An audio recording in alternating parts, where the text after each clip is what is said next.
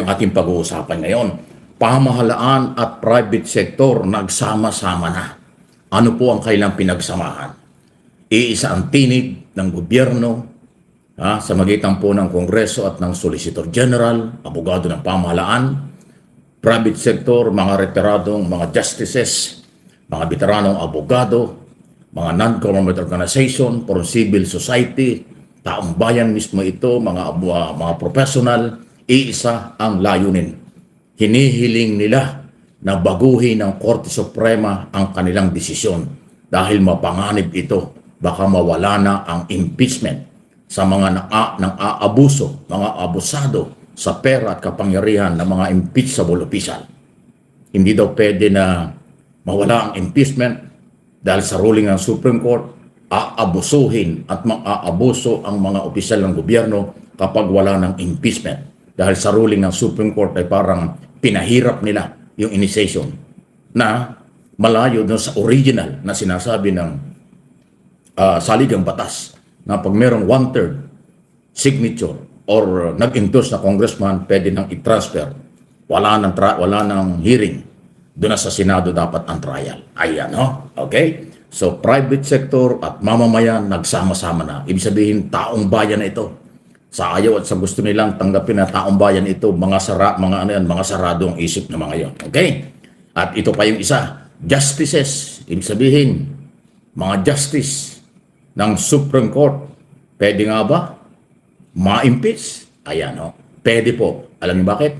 Kasi ang mga justices ay kasali sa mga impeachable official, including Chief Justice.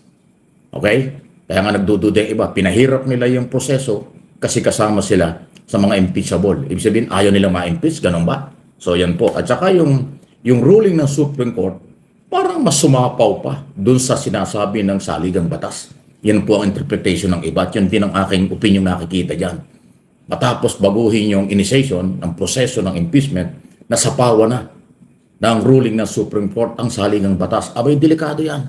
Kasi ang saligang batas, ang pinakamataas, pinamakapangyarihang batas sa ating bansa. Ito ho, pakinggan nyo ang sinasabi ni Atty. Calleja, isa ho sa mga convener po ng grupo ng mga private sector na tumayo na, nanindigan na, nagpunta sa Supreme Court.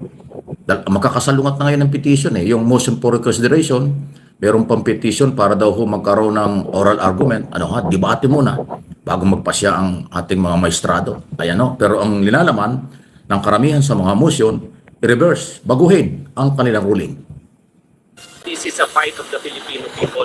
This is a fight nating mga tao, no?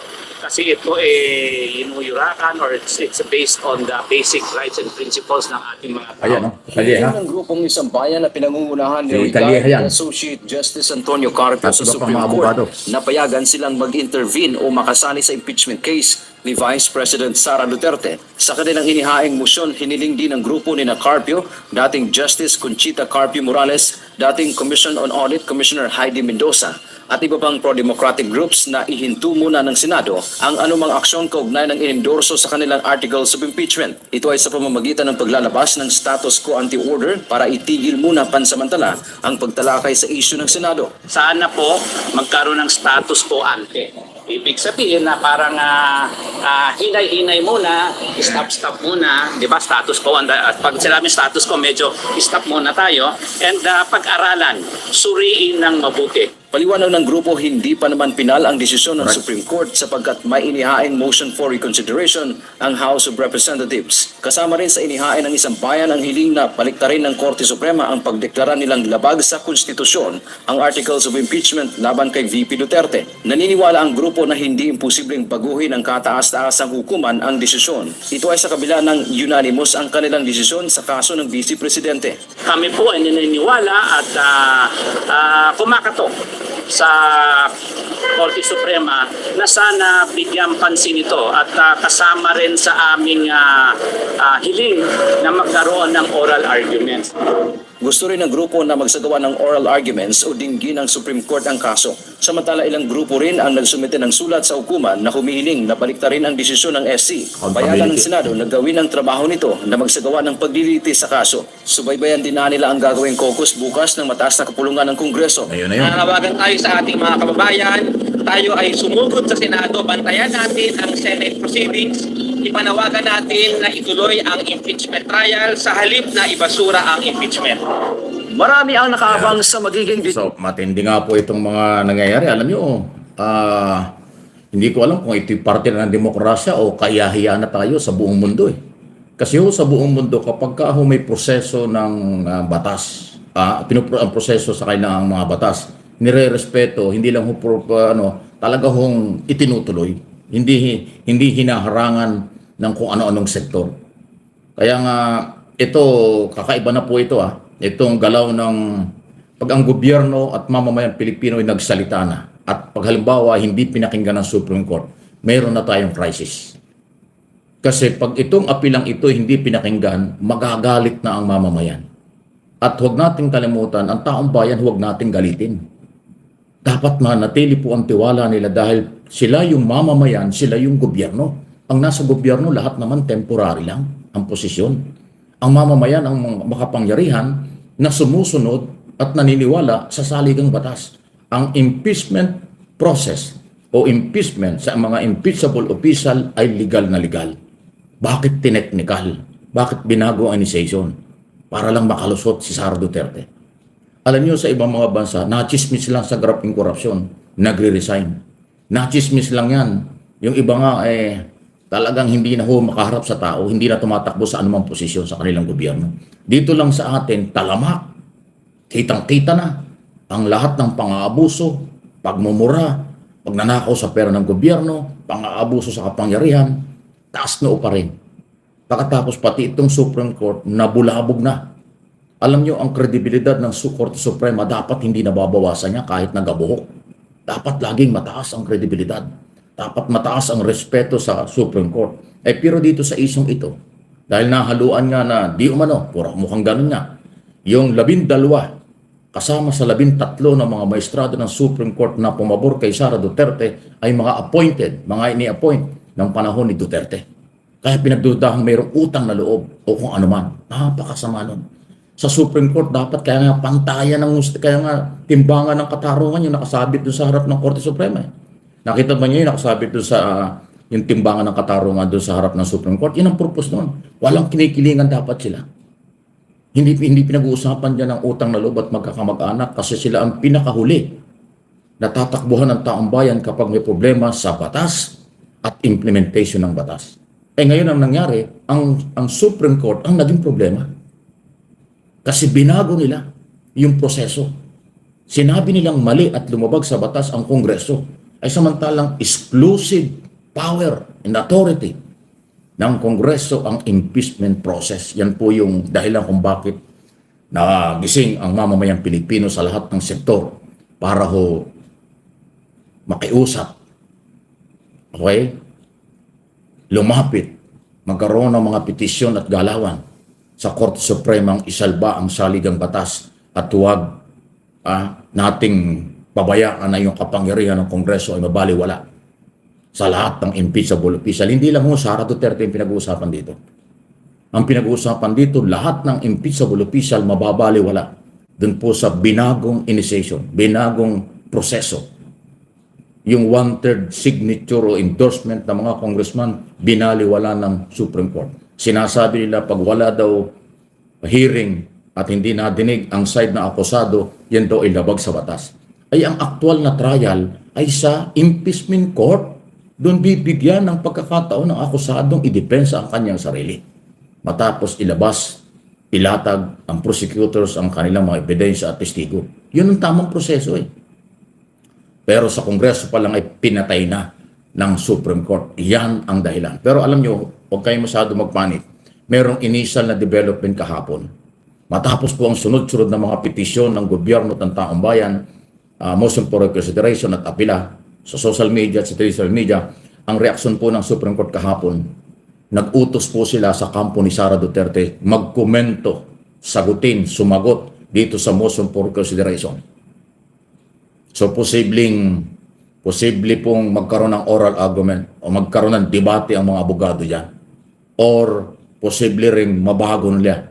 Baka nagulantang po ang mga maestrado ng Supreme Court. Kasi yung mga retiradong Associate Justice, retiradong Chief Justice, ay lahat ay bumabatikos, lahat ay nag-iingay ngayon, kaya maswerte tayo. Pag yung galing sa Supreme Court mismo, ang nagsasalita ng mali, nagkamali, ang Korte Suprema, malakas na malakas ang dating nun. Kasi galing sila doon. Alam nila, Morales, Carpio, Ascuna, Chief Justice Puno, Chief Justice Panganiban, sila po yung mga nag-iingay. Abay, ba't ni tayo maniniwala sa kanila? Veterano sila. Retirado nga sila. Galing sila dyan. Kabisado nila ang batas. Kabisado nila ang proseso. Kaya ang sabi nila, maaaring nagkamali. Sa tingin nila ay mali. Kaya dapat baguhin. Ayun. Okay? So sa issue naman po ng impeachment, ito yung pangalawa. Justices ng Supreme Court, pwede bang ma-impeach? Ayan po.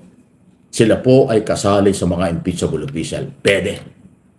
Kaya ko ito yung tinatapik kasi may kanya-kanya tayong opinion at interpretation dun po sa speech ni Speaker ng isang araw. Totoo po yun, yung sinasabi ni Sir Mike Abe na sa ibang bansa, kapag po na chismis lamang, machismis lang ang isang taong gobyerno, naku, talagang naghahakot po ng gamit palabas ng opisina. Resign ora mismo. On the spot. Katulad sa Japan. Sa Japan po, meron po akong nakitang balita dyan na merong isang lalaki na taong gobyerno. Napanood niya sa TV, sa balita, na siya ay nachichismis na nasasangkot sa isang iskandalo. Iskandalo lang yun. On the spot, naghakot ng gamit. Umalis ng opisina. Umuwi. Ganun po sila. Napakatindi ng kanilang delikadesa mga Hapon. Meron pang isa yan hindi ko alam kung saang bansa. Na-issue yung isang opisyal na nangungurakot. Kinabukasan hindi na pumasok. Sa kahihiyan na natatanggap nila dahil po sa sila'y nasangkot sa isang korupsyon. Pero dito sa atin, ang ating overseas Vice President, talaga pong makapalang muka, matigas ang muka. Diba? Makikita natin na talagang patigasan talaga sa kumbaga wala silang pake kung sila'y masangkot sa mga anomalya, ma-question ang kanilang integridad, ang kanilang katapatan sa pagseserbisyo. Walang pake.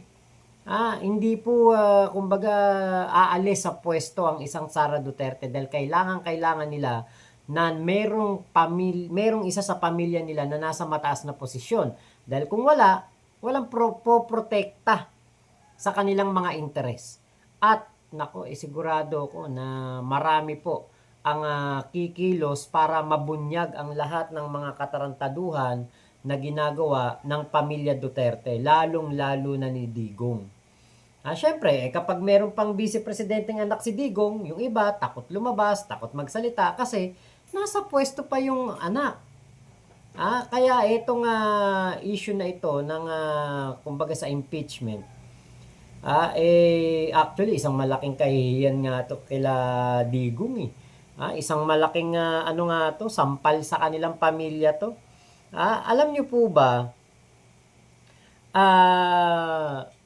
ito pong si Justice Antonio Carpio at si Conchita Carpio Morales ay magkamag-anak.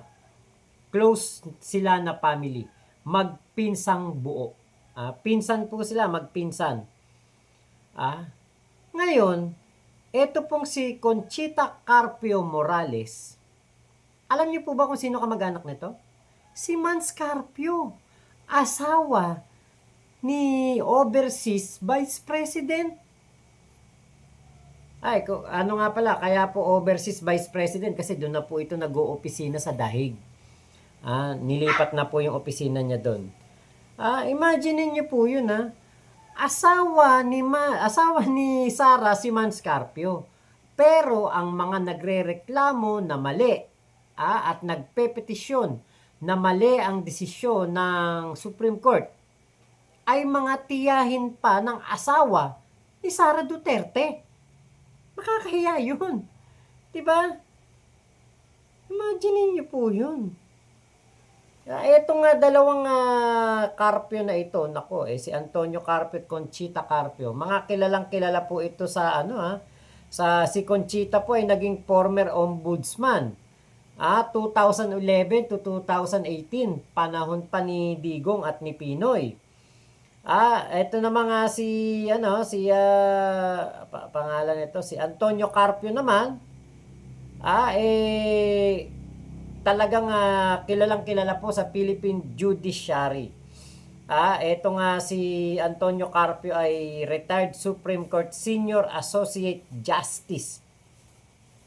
Imagine niyo po yun. Si Conchita Carpio, meron siyang award, Ramon Magsaysay Award noong 2016. So talaga pong nakakahiya para sa isang pamilya ng mga abogado, ng mga kilala sa judiciary, na yung kanilang pamangkin ay merong asawa na merong impeachment complaint. Diba? Imagine niyo yung na yan, yung napakasalimuot na yan na issue. Kasi, diba, kung tama talaga si Sara at wala talagang ginagawang mali sa kanyang pamumuno, hindi nagnanakaw, hindi labag sa batas ang kanyang ginawang pagmumura at pagbabanta sa ating Pangulong Bongbong Marcos, House Speaker Martin Romualdez at kay Lisa Marcos, hindi siguro magrereklamo na ito nga sila Antonio Carpio at Conchita Carpio, hindi nila kokontray ng Supreme Court.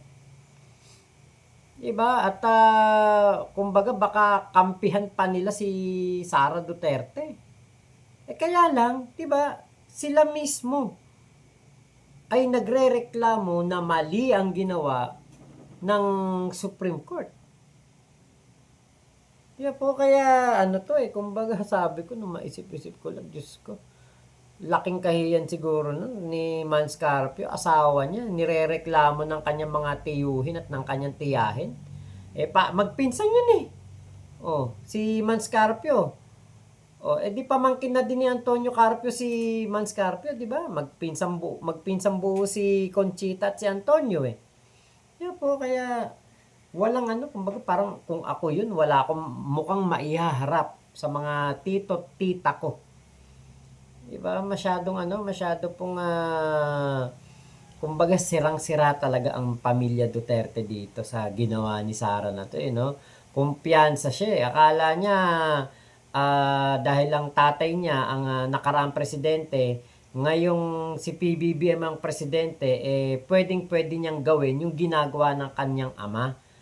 Di ba? Sa Davao nga, meron silang intelligence fund, hindi rin maipaliwanag kung saan ginagastos. Magtataka ka, nasa bilyon-bilyong halaga ng intelligence funds ang inuubos nila sa Davao City.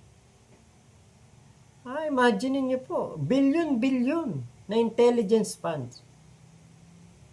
Syempre, mahirap nang questionin. Bakit? Kapag kinwestiyon mo yun, napakadali nilang linisin yun.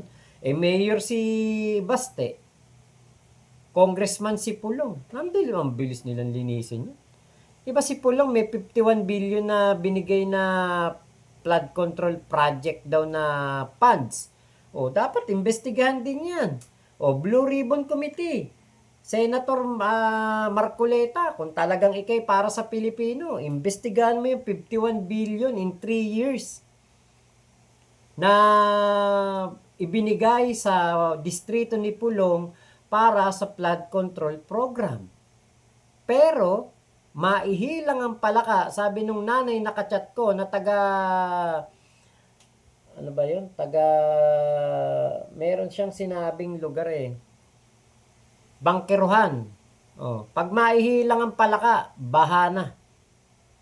Meron silang doon. Hindi ko alam kung ano yung Bangkeruhan, kung anong lugar yon. Basta meron silang tindahan, maihilang ang palaka, baha na. Pinasahan pa nga ako na ng litrato Na na baha dun sa harapan ng tindahan niya, lubog yung paa hanggang binte. Kaya alam niyo po, eto nga issue ng impeachment na ito, kaya pinipilit nilang ito'y pigilan, kahit na ito ay tama lamang, katulad ng sinabi ng ating House Speaker Martin Romualdez na tama lamang ang proseso ng impeachment doon sa Kongreso, pilit nila itong haharangin at pipigilan. Bakit? Because this will open a Pandora's box ng mga Duterte. Napakarami nilang itinatago. Napakarami nilang anomalyang ginawa. At lalabas po yan oras na matuloy ang impeachment trial ni Sara Duterte. Ang ating House Speaker, napakatino po, napakabait, napakasipag. Pero pilit pong sinisira, pilit po na pinababagsak. Bakit? Kasi alam niyo kung bakit etong si Sara pinag-iinitan si House Speaker Martin Romualdez? Kasi hindi nila ito kayang hawakan sa leeg. Yung mga budget na hinihingi ng opisina ni Sara Duterte, hindi po yan ibibigay ng ating House Speaker dahil siguro namamatyagan niya o na kikita niya na talagang kukurakutin lang. Yung binibintang nila kay House Speaker, si House Speaker puro ayuda lang, nagnanakaw daw sa kaban ng bayan, minamanipula ang budget, yung mga budget deliberation, BICAM report. Bakit siya pang nagpasa ng resolusyon na i-open sa publiko ang BICAM? Kung siya ay merong tinatago, bakit niya gustong amyendahan ang Bank Secrecy Law ng ating dating Pangulo? Yung ginawa ni Digong na batas para maprotektahan yung mga account nila. Diba kung may tinatago si Speaker Martin, hindi talaga niya na bubuksan ng BICAM report o bicameral meeting sa budget deliberation sa publiko. May tinatago siya, di mabubuking siya. Doon naman sa Bank Secrecy Law, aamyendahan niya para yung mga gumagawa ng fraud, gumagawa ng money laundering, hindi po maprotektahan ng batas na yan. Diba sinasabi nila magnanakaw si House Speaker Martin Romualdez. Pero, yung kanyang resolusyon na gustong ipasa, pwedeng siya maging apektado dito kung sakaling siya idedemanda ng kanyang mga kalaban sa politik. Diba? Yung sinasabi nila na may ginagawang masama, walang impeachment complaint. Walang reklamo ng katiwalian sa ombudsman o sa Sandigan Bayan. Pero yung kanilang sinasabi na magaling, masipag, malinis, may dignidad, may integridad na overseas vice president, meron pong 7 impeachment complaint. Baligtad no? Kung sino yung magnanakaw, yun yung sinasabing hindi nagnanakaw. So, lamang po, maraming salamat sa pagsama nyo sa vlog ko na ito, Sir Mike Abe. Thank you po sa inyong video na aking nireaksyonan. Ingat po kayo. Nasaan mang panig kayo ng mundo, Momo Chup Chup, love you. God bless us all, Pilipinas. God first, MA Pinoy TV at Mike Abe Opinions dito po sa YouTube. Huwag po ninyong kakaligtaang suportahan.